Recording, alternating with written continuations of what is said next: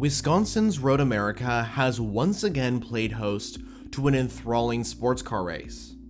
The event this year, which featured all four main categories, provided close racing, bold strategy calls, drama, and of course that intense finish all the way up to the checkered flag in GTP.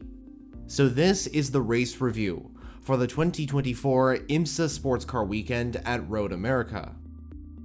This 2-hour and 40-minute event would of course be set up by qualifying, which saw Acura grab a 1-2 in GTP, with Felipe Albuquerque setting the pace in the number 10 WTR Andretti Acura. PJ Hyatt, meanwhile, grabbed Spike's and AO Racing's fourth consecutive pole in LMP2, with the two Pratt Miller Corvettes on top in GTD Pro, and the Korkhoff Preston Motorsports Mercedes on pole in GTD. The race began with a clean getaway for both the prototype and GT field, and up at the front, the two WTR Andretti Acuras traded positions, with Jordan Taylor's number 40 Acura taking the lead. However, as the cars progressed through the first lap, there was contact between the number 31 Whelen Cadillac and the number 6 Porsche Penske.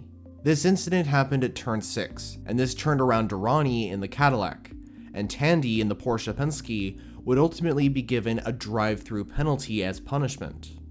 Now over in GTD Pro, the number 64 Ford Mustang hit the CTMP winning number 3 Corvette, which hurt both cars' races. It took a while for the number 3 Corvette to recover from being in the gravel, and in addition to a penalty, the number 64 Ford would need to come into the pit lane to fix damage from the incident.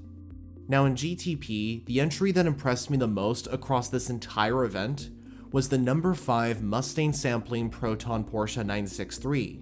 This car showed a very strong pace, even before the race got underway. Jimmy Bruni had qualified 4th, and not just claimed Proton's best GTP qualifying results, but this was also the best placed Porsche 963 on the grid. And remember, this is a customer car.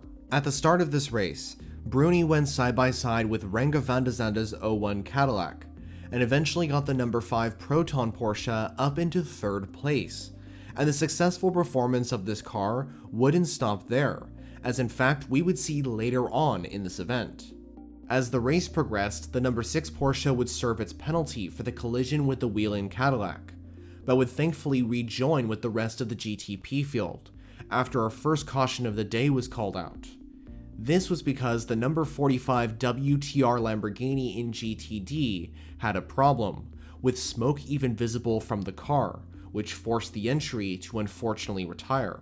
Because of this caution, pit stops would take place for some of the cars across the field. One noticeable car that did not pit under the caution was the number 10 WTR Andretti Acura, which would lead the field to green, followed by the number 24 BMW, which also didn't pit. With the racing progressing nicely, in LMP2 it was a familiar face at the top of the leaderboard. Ben Keating was leading in the number 2 United Autosports car, but the action was actually happening behind him, because the number 99 AO Racing Spike entry and the second United car made contact at turn 1 in the battle for second place. Thankfully, the contact didn't result in either car being spun or taken out of the race. However, further drama would happen in LMP2, when the number 11 TDS Racing entry, which claimed 3rd last time out in CTMP, made contact with the wall, but thankfully, the car was able to return out on track.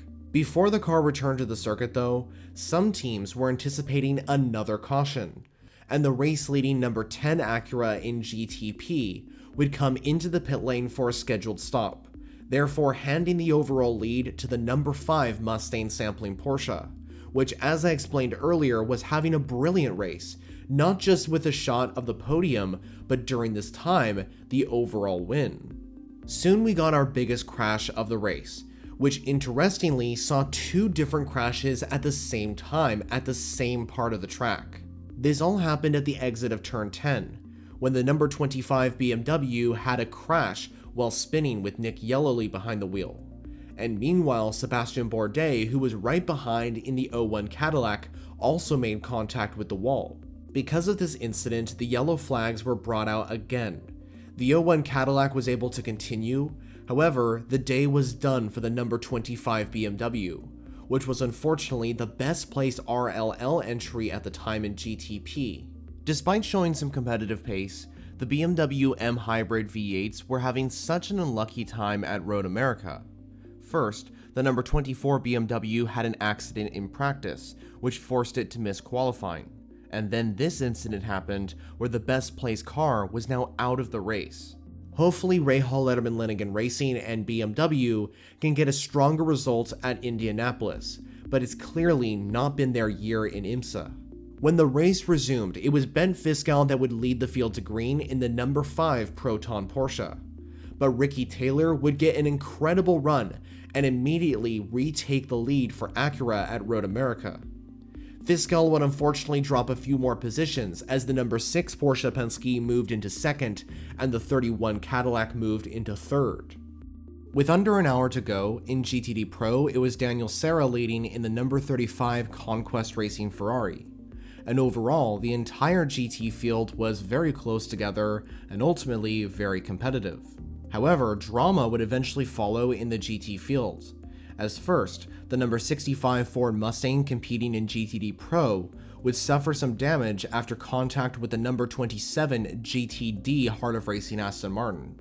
And later on, the competitive racing became even chaotic among the GT field, which ultimately resulted in major contact between the number 78 Forte Lamborghini and the 120 Wright Porsche, which forced Skier in the Porsche to limp back to the pits with major damage. Also, it's worth mentioning that in LMP2, despite the very competitive racing in this class, there was a costly moment for the number 74 Riley, which was running in the top 5 of this race, when Felipe Fraga had a similar moment to the number 25 RLL BMW, but unlike that GTP car, Fraga was able to luckily save his Oreca 07 from hitting the barriers. But this would eventually have huge implications on the championship, as this car would no longer be leading that LMP2 championship after this round because of that small mistake. Heading into the final 15 minutes, it became an intense sprint to the finish, with the number 6 Porsche leading this race, closely followed by the number 31 Whelen Cadillac and the second Penske entry, which was the number 7 Porsche. Also, not far behind from these cars was Ricky Taylor hunting down the leaders in the number 10 Acura, with arguably a faster car and newer tires. Also, dating back to the start of the race, remember the number 6 Porsche and the number 31 Cadillac were the same cars that had the contact at the start, forcing the Cadillac around and the Porsche into the pits with a penalty.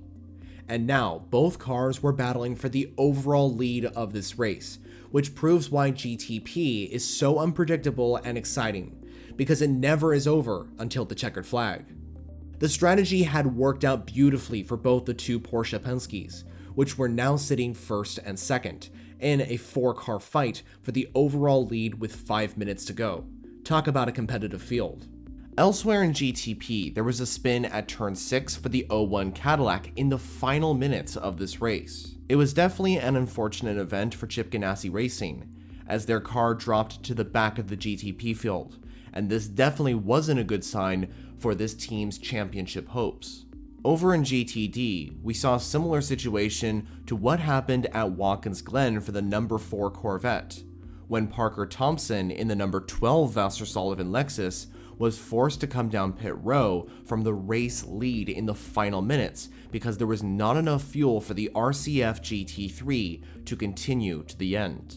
This was a heartbreaking day in general for the team, with both of their cars finishing at the back of the grid, but hopefully both of the Lexus will bounce back stronger in the next race at Virginia International Raceway.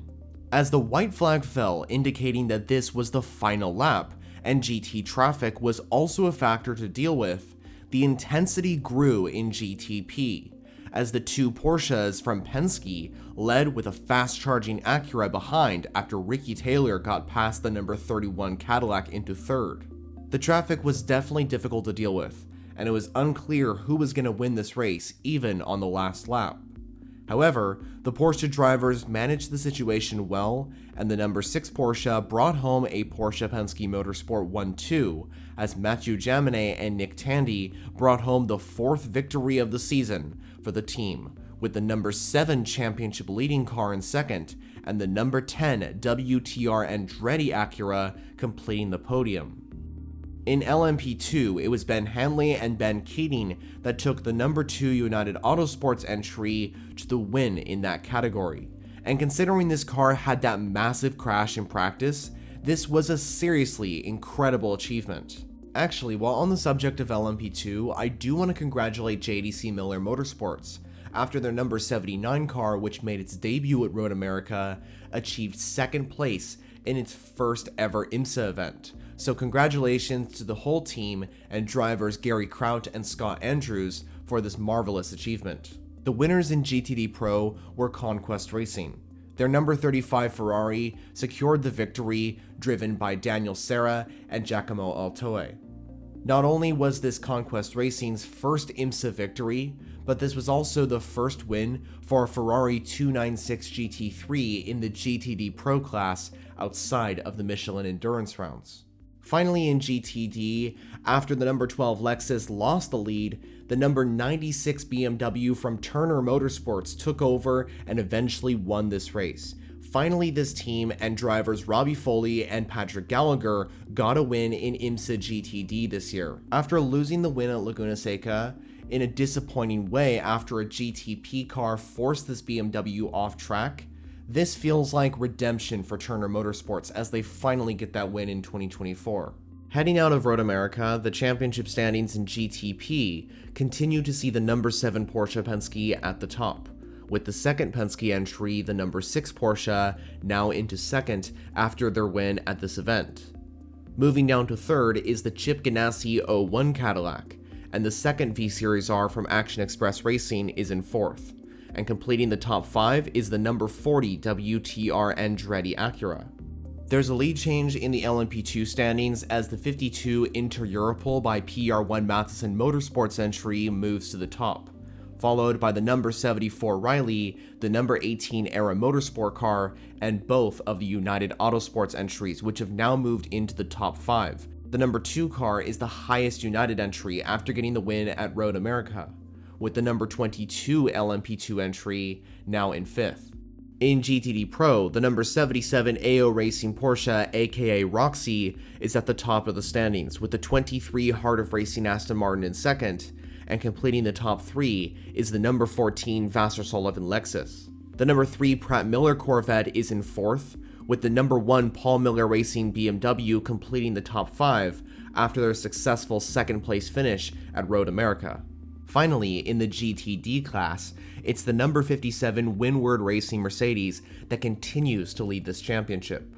The number 96 Turner Motorsports BMW is in 2nd, followed by the 32 Korkhoff Preston Motorsports Mercedes, the Conquest Racing Ferrari, and finally completing the top 5 is the number 12 Vassar Sullivan Lexus. So that completes the race review for the 2024 IMSA Sportscar Weekend at Road America. Once again, Elkhart Lake plays host to an incredible event, and there's only 3 more rounds left in 2024, the next one being a GT-only race at Virginia International Raceway. Thanks for watching. For more content on endurance racing such as the WEC and IMSA, consider subscribing if you haven't already. On screen, you'll find some suggested videos to watch next. For now though, that's it for me. You'll hear from me next in the following video.